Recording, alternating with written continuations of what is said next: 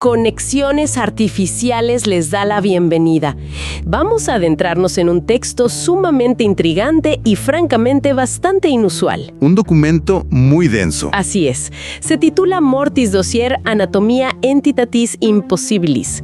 Y quiero dejar muy clara la misión de nuestro análisis desde este primer instante, para quienes nos escuchan. Sí es fundamental hacer esa aclaración. El objetivo de esta sesión no es debatir sobre ninguna religión en particular. Tampoco estamos aquí para buscar consuelo espiritual o respuestas metafísicas. Nada de qué pasa cuando se apagan las luces. Exactamente. Lo que vamos a examinar es una hipótesis puramente analítica que plantea el autor del dossier. La idea de que la muerte no es un concepto abstracto. Ni una metáfora poética como solemos pensar. O sea, ni mucho menos un simple fallo biológico del sistema. Él sugiere, respaldado por una cantidad masiva de datos, que debe ser tratada como un sujeto, una entidad real. Alguien, no algo. Y esa es una hipótesis que, de entrada, pues dinamita por completo nuestra visión médica moderna. Híjole, sí, la destruye por completo. Y el peso de este argumento no recae en la especulación filosófica. Se basa en los materiales en los que se fundamenta el dossier. Porque el autor no recurre a libros de cuentos, ¿verdad? Para nada. Ha construido esta investigación sobre una colisión muy peculiar de fuentes. Hablamos de informes médicos verificables, historiales psiquiátricos, fotografías de altares de vecindad con ofrendas físicas. ¡Wow! Sí, y transcripciones directas de pacientes en soporte vital. Es una intersección donde los datos duros de los archivos públicos se empalman con fragmentos inciertos. Fragmentos de lo que normalmente descartaríamos como leyendas urbanas. O sea, el autor mismo confiesa en el prólogo que jamás tuvo la intención de escribir un libro sobre una entidad. Él empezó recopilando notas sueltas, casi por accidente. Ajá, encontraba un archivo clínico olvidado en un sótano de hospital y luego leía la declaración final de un prisionero condenado. Cosas que no tendrían por qué estar conectadas. Y como cualquier persona racional, asumió que esto no era más que puro ruido de fondo.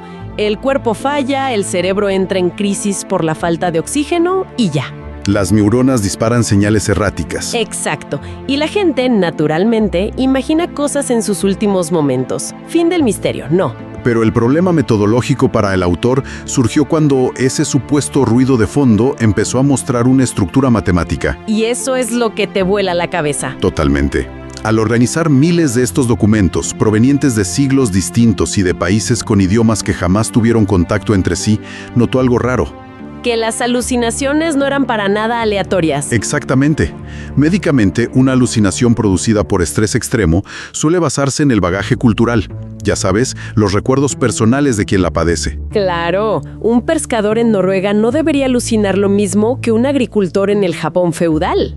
Es estadísticamente imposible.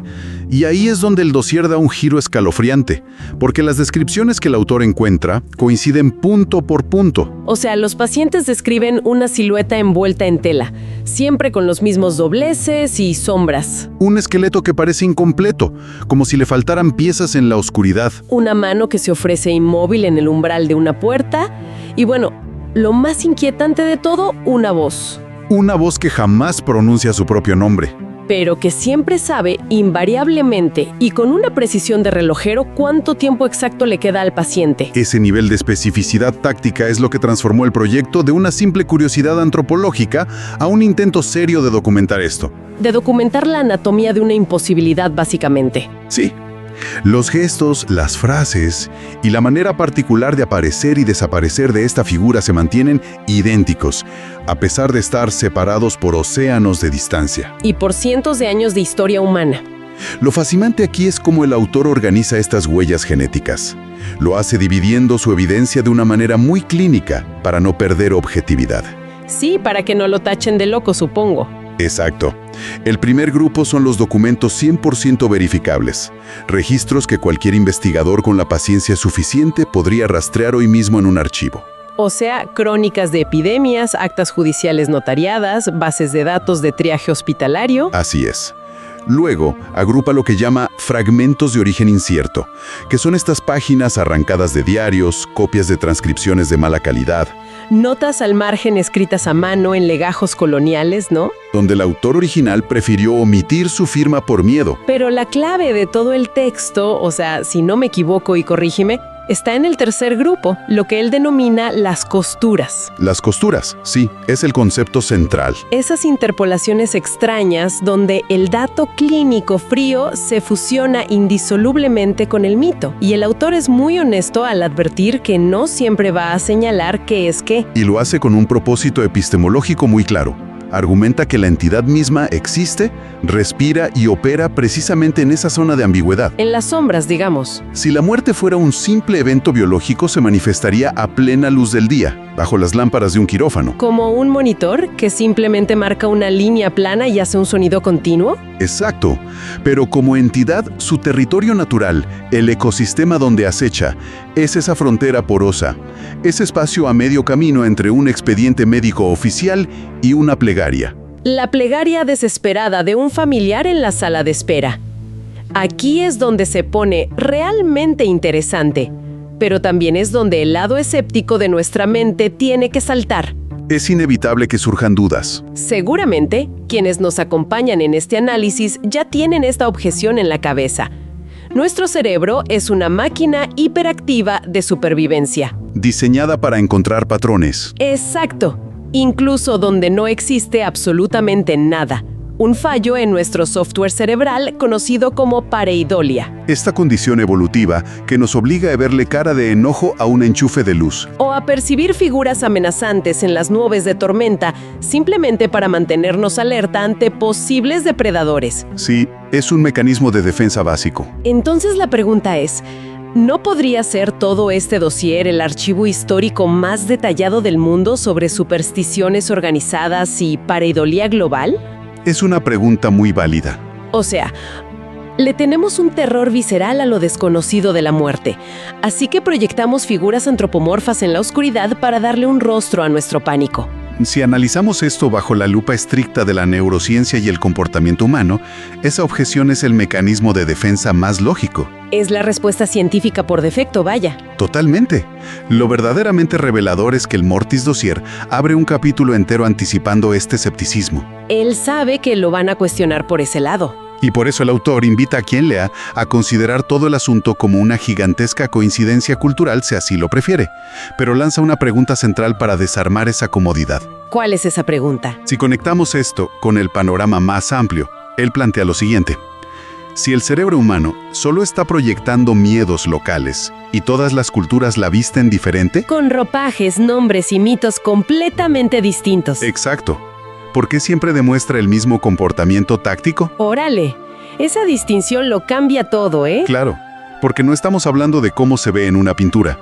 Estamos hablando de cómo opera en el campo. El modus operandi es lo que la delata. Sí, la estética exterior muta, pero la entidad se desplaza siempre en los mismos escenarios de transición. Se manifiesta en las salas de hospital durante la madrugada. En los campos de batalla, justo en el momento en que excesa el ruido de la artillería. En los pueblos aislados bajo cuarentenas estrictas. Y en los humildes cuartos de azotea. Y en todos estos lugares, ejecuta las mismas aproximaciones físicas. Por eso el dossier insiste tanto en reflexionar sobre esta consistencia. Y creo que valdría la pena que nuestra audiencia se detenga a pensar en esto. Es un punto de quiebre.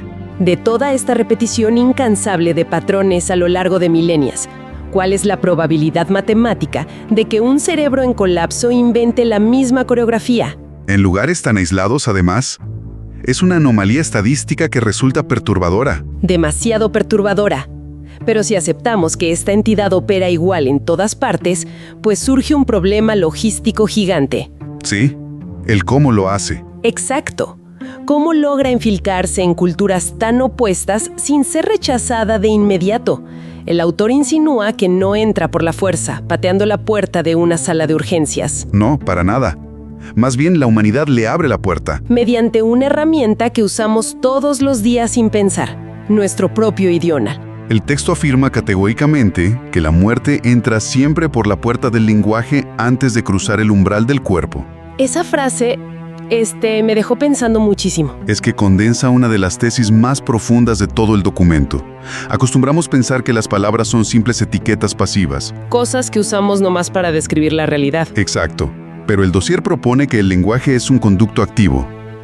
La concepción popular asume que la defunción es un evento mudo. Un silencio absoluto que llega de golpe y ya. Sin embargo, La investigación lingüística sugiere que esta presencia habla, o bueno, negocia su entrada a través de las reglas gramaticales que cada sociedad le asigna. Entonces, ¿qué significa todo esto? El contraste que hace el autor entre las diferentes familias lingüísticas es alucinante de verdad. Sí, es un choque cultural y gramatical. Tomemos las lenguas romances, que derivan del latín, como el español, el francés o el italiano. La palabra surge de mors, mortis, un sustantivo femenino. Un simple accidente gramatical nacido hace miles de años. Ajá, pero que obliga a las culturas de herencia latina a personificarla espontáneamente como ella. Surge en el imaginario colectivo como la parca o la señora. Constantemente aparece en la literatura y la tradición oral como una figura femenina. Incluso si está retratada como un esqueleto, o sea que obviamente carece de género biológico. Y el impacto psicológico de esa feminización lingüística es gigantesco, especialmente cuando se contrasta con las tradiciones germánicas o anglosajonas. Claro, es otro mundo. En el norte de Europa, palabras como death en inglés o der Tod en alemán operan bajo estructuras diferentes. Tienden a representarla conceptual y visualmente de forma masculina o neutra. Como el famoso Grim Reaper. Exacto, un segador oscuro, imponente, implacable, una figura que inspira una huida desesperada. Claro, y eso explica perfectamente lo que ocurre en nuestra cotidianidad en el mundo hispano, ¿no? Al estar forzados por la gramática a llamarla a ella, se genera una intimidad doméstica casi inmediata. Una familiaridad que no existe en otras partes. Por eso nacen los apodos que todos conocemos. ¿Por qué? O sea, nadie le dice el destructor de almas. Le decimos la flaca, la huesuda, la niña blanca. O el más revelador de todos, la madrina. Sí, la madrina. Llamarla así implica insertarla en el árbol genealógico. Darle un rol de familia, un lazo de protección. Y esto va mucho más allá de los puros nombres, se materializa en actos. Totalmente. Pensemos en los altares de vecindad que documenta el dossier. A esta figura, que muchas veces está vestida con túnicas de encaje, se le ofrecen veladoras. Pero también ofrendas profundamente físicas y humanas. Sí, vasitos tequileros con alcohol y cigarrillos encendidos que se dejan consumir solos. Es un contraste brutal frente a la figura del Reaper. Un mundo de diferencia. Mientras en el mundo anglosajón uno corre de terror ante el segador, en Hispanoamérica la tradición invita a la entidad a sentarse. A echarse un trago y fumar un cigarro en la sala de la casa. Literalmente. Y este acto físico de ofrecer un cigarrillo y alcohol no es trivial. Requiere sentarse, compartir un espacio, acompasar la respiración. El lenguaje, en este caso, no está describiendo pasivamente a la entidad, la está domesticando. La hace parte del barrio casi.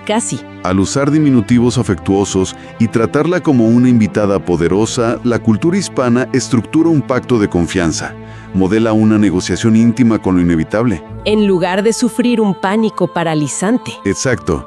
Ese lenguaje feminizado y familiar es un mecanismo psicológico de defensa que suaviza el filo de la guadaña. Transforma a un verdugo imparable en una visita con la que uno puede por lo menos platicar un rato antes de irse. Pero esta calidez, esta familiaridad doméstica, no ha sido la regla general en la historia de la humanidad. No, claro que no. Las cosas cambian dependiendo de dónde y cuándo mires. Si uno se sitúa en diferentes sistemas de creencias y momentos históricos, los nombres revelan otra cosa. La identidad que le otorgamos a esta entidad puede mutar en direcciones aterradoras. Los títulos nos indican cómo la percibimos, si la vemos como una comadre con la que negociamos o como un monarca absoluto que dicta sentencias. O simplemente como un burócrata del universo que viene a sellar un papel. Sí, y el dossier documenta estas transiciones teológicas con muchísimo rigor. Por ejemplo, si retrocedemos a la Mesoamérica prehispánica, toda esa intimidad protectora de la madrina se evapora por completo. Es reemplazada por un peso cósmico abrumador. En este contexto, los nombres son pesados, duros y categóricos. El texto analiza a Mictlantecutli, el señor del Mictlán. A él no es alguien a quien le ofreces un trago. Para nada. Es el gobernante absoluto del inframundo azteca, a menudo representado como un esqueleto descarnado, salpicado de sangre viva. Rigiendo con autoridad inquebrantable junto a Mictecacihuatl. Es la conceptualización de la muerte como la máxima autoridad legal y territorial, Y ese patrón de soberanía absoluta, pues se repite en el mundo antiguo. Sí, en varias culturas importantes. El texto explora también las tradiciones de la India y del mundo indoiranio a través de la figura de Yama. La historia de Yama es fascinante. Porque la mitología lo describe como el primer mortal que perece. Exacto. Al llegar al otro lado antes que nadie, reclama el territorio. Se convierte en el soberano de los muertos y en el juez inapelable de las almas. Y su presencia impone puro terror reverencial. Se le describe viajando montado sobre un inmenso búfalo oscuro, portando un lazo grueso para arrastrar a los espíritus y una masa pesada para impartir castigos. Es una imagen de poder incontrovertible, una deidad soberana. Pero luego el dossier marca un punto de inflexión radical en la historia humana. Un cambio tectónico, documentado a través de una crisis de nomenclatura. ¿Y esto ocurre con el ascenso de los grandes monoteísmos? A ver si entiendo bien el planteamiento del autor. Cuando la idea de un solo Dios omnipotente y creador se consolida, los teólogos se topan con un problema estructural gigantesco. Un problema teológico masivo. Porque en un sistema donde un solo Dios tiene el control absoluto de la vida, no puedes permitir la existencia de un Dios de la muerte. Uno que sea soberano e independiente, tomando decisiones por su cuenta, sería una herejía monumental y una contradicción directa. Esto plantea una pregunta importante sobre cómo resolvieron ese choque de poderes. La burocracia teológica desplazó el poder de decisión hacia arriba, dejando a la muerte como una simple ejecutora subordinada. Es por eso que en la literatura sagrada comenzamos a ver la proliferación de mensajeros divinos, nombres como Samael, Azrael. O títulos puramente funcionales y despojados de identidad propia, como el ángel de la muerte. Al despojar a la entidad de su trono y ponerle nombres en clave, la estructura oficial se aseguró de que no compitiera con la deidad principal. Pero lo que resulta verdaderamente espectacular de la investigación del Mortis Dossier es la conclusión de que la entidad es mucho más escurridiza. Muchísimo más de lo que cualquier religión quisiera admitir. Más que cualquier intento humano por rebajarla de puesto. Incluso bajo estos estrictos protocolos corporativos de la teología monoteísta, encuentra fisuras en el sistema. Fisuras para infiltrarse y reclamar su antigua autonomía. Y las pruebas que presenta el autor con los documentos eclesiásticos de la Nueva España son evidencia pura. Los archivos de la Inquisición en la época colonial ilustran una batalla constante, una guerra entre la doctrina oficial y la psique popular profunda. En registros históricos que por definición deberían estar blindados por el lenguaje legal más estricto, la entidad logró colarse. Disfrazada de las propias figuras religiosas aprobadas por el sistema. O sea, aparecen de pronto acusaciones formales, escritas con pluma y tintero en juicios larguísimos. ¿Acusaciones contra personas ordinarias por el delito de idolatría? Porque la gente en los barrios estaba venerando figuras esqueléticas ocultas en sus casas, llamándolas Santa Muerte, Santísima Muerte o Señora Muerte. Y la ironía es brillante. Es que la estructura de poder eclesiástico intentó reducir la experiencia de morir a un simple evento biológico o al trabajo de un ángel mensajero. Pero las personas, en la oscuridad de los callejones y en la intimidad de sus habitaciones, reconocían instintivamente a la presencia. Y le devolvían su rango, tratándola como una santa con identidad, voluntad y autonomía propias. Esa resistencia popular confirma el postulado del dossier. A nivel psicológico profundo, nuestra especie es incapaz de interactuar con la muerte como si fuera un mero concepto abstracto. Instintivamente necesitamos que sea una entidad, alguien con quien negociar o a quien respetar. Y el autor cierra esta sección del análisis con una observación deslumbrante. Solemos creer que tener 50 nombres diferentes en la historia humana significa otra cosa. Hablamos de nombres como la Parca, Azrael, Yama, la Madrina, el Ángel de la Muerte, Mictlantecutli. Creemos que significa que las culturas están imaginando cosas distintas, pero el autor argumenta exactamente lo opuesto. Sostiene que esta avalancha de nombres es el escudo definitivo de la humanidad. Es el mecanismo de defensa que usamos para ponerle capas interminables de disfraces verbales. Disfraces a una presencia que resulta demasiado insoportable de mirar directamente a los ojos. Le inventamos 1000 máscaras y títulos diferentes. Para no tener que admitir que hay una sola entidad, ineludible y silenciosa, mirándonos fijamente desde el otro lado de la habitación. Y esto nos lleva a la pregunta final, la razón por la que decidimos traer este dossier a la sesión de hoy. Es el núcleo de por qué todo esto importa. ¿Por qué debería importarle a quien nos escucha todo este análisis de lenguajes, actas inquisitoriales y entidades imposibles? Más allá del asombro histórico y cultural, Hay una realidad contundente, simple y aterradora detrás de estas páginas.